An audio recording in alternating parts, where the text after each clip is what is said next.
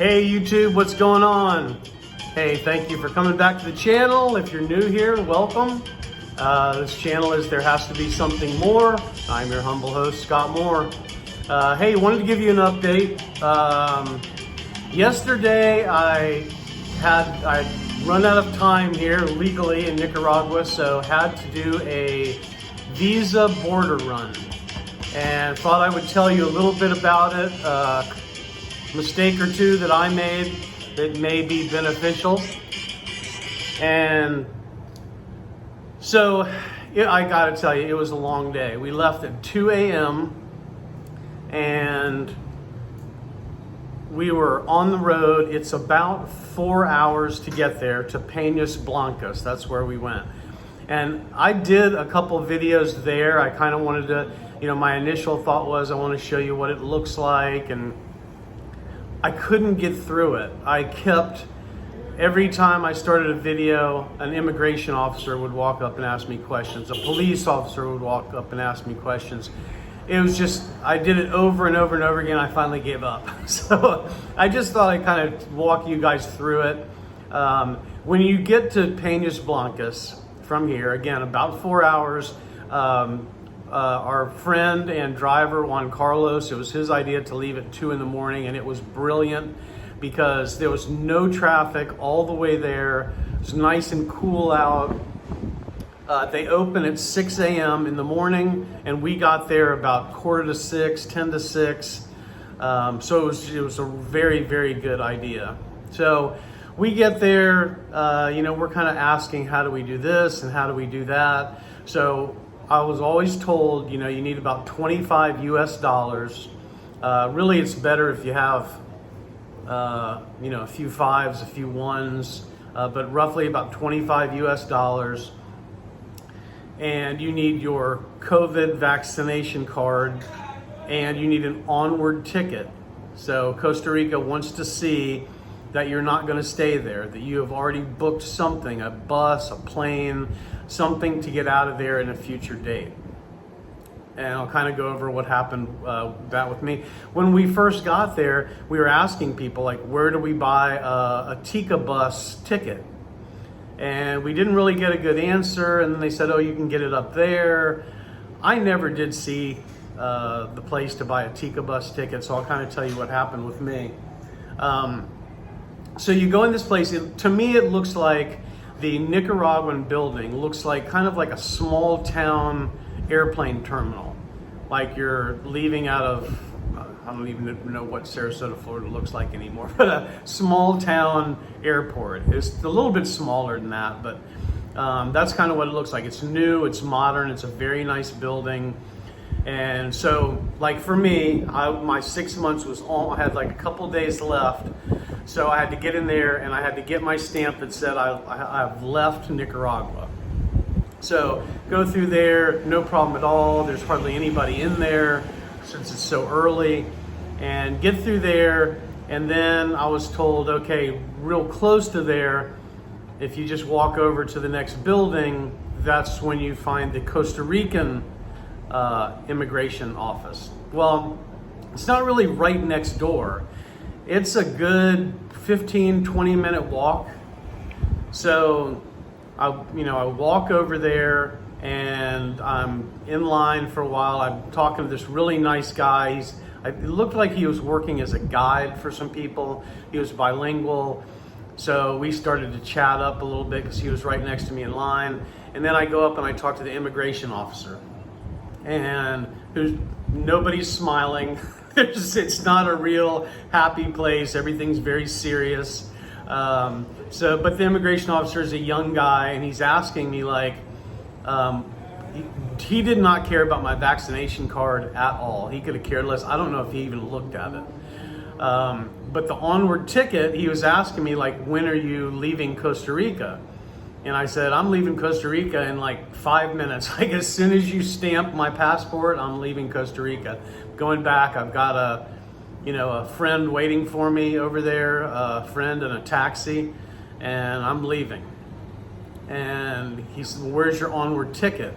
And I said, again, I don't have an onward ticket. My taxi drivers and my friend, he's over there waiting for me. I'm literally going to walk out of this building and go back to Nicaragua. And then finally and I was explaining that to him, I thought pretty well, but just in case, my buddy that I'd made in line, he comes up and again is in Spanish, is telling the guy, look, he's just coming in, getting the stamp, going right back. His wife's waiting for him. That they live in Matagalpa. It's just a quick border run. You would think that they would see hundreds of those every day. But that was it. And he finally just said, okay, fine. And he stamped it. But if I caught him on a bad day, he was in a bad mood for any reason at all, he could have said, tough luck, you got to go out and come back with an onward ticket. So whatever you do, if you go to onward ticket online, one of those places, or you get a bus ticket or a plane ticket and then cancel it later, whatever you want to do, but that could have been, a really bad sticking point. So anyway, he stamps my passport. I go out, have to go through a little security thing. So I'm putting my backpack on there, runs through, no problem. And then I walk all the way back, another 15-minute, 20-minute walk back to the Nicaraguan spot. And by now it's not 6 in the morning anymore, and it's hot. And I'm getting sweaty, and it's really sticky and humid.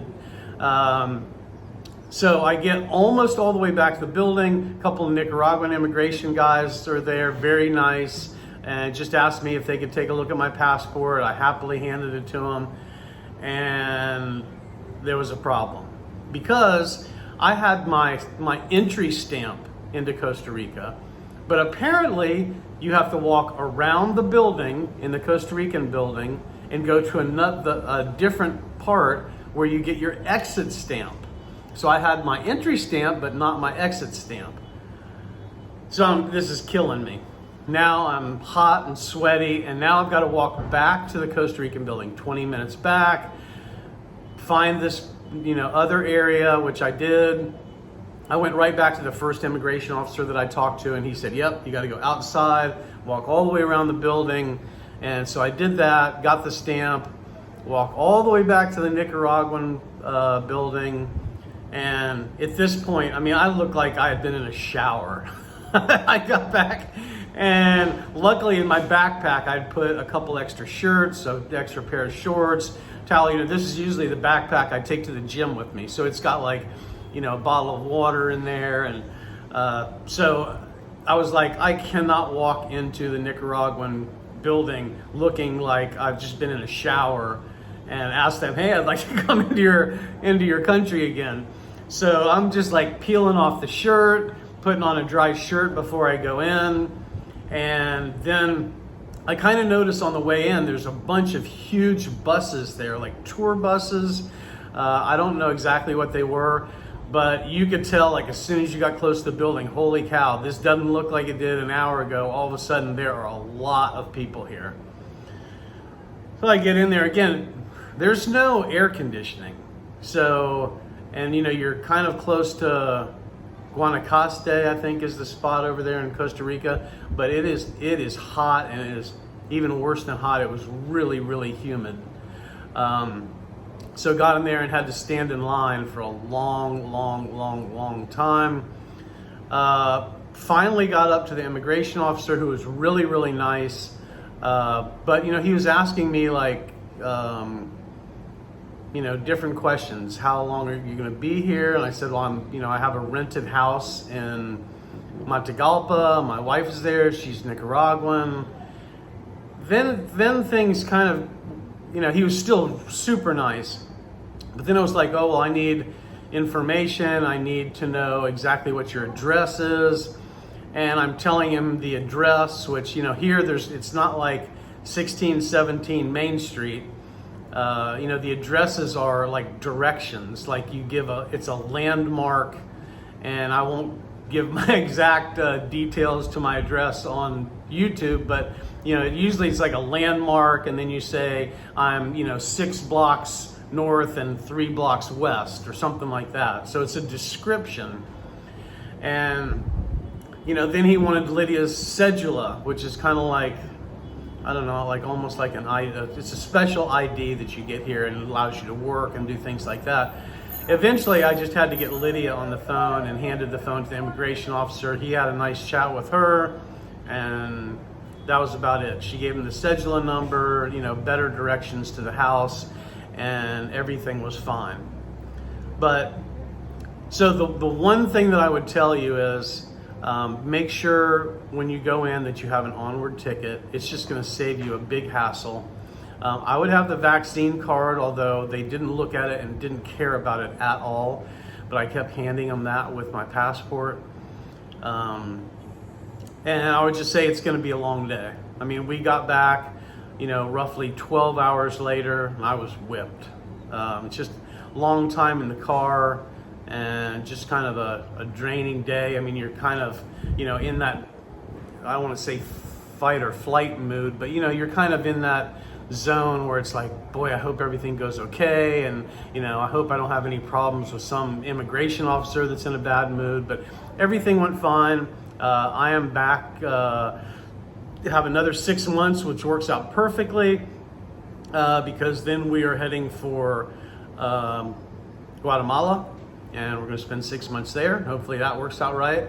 But I think I will have to do one more visa run before we leave. I'll have to go back and do the same thing again, because Guatemala, Honduras, Nicaragua, and El Salvador are in a group called C4.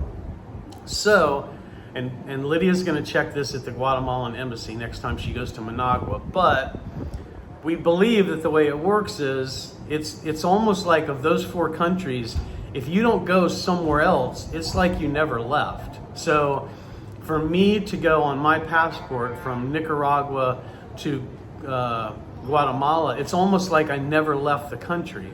So if I go there and it's been 5 months and 28 days, Guatemala may say, okay, welcome, you've got 2 days, and then you have to get out of here.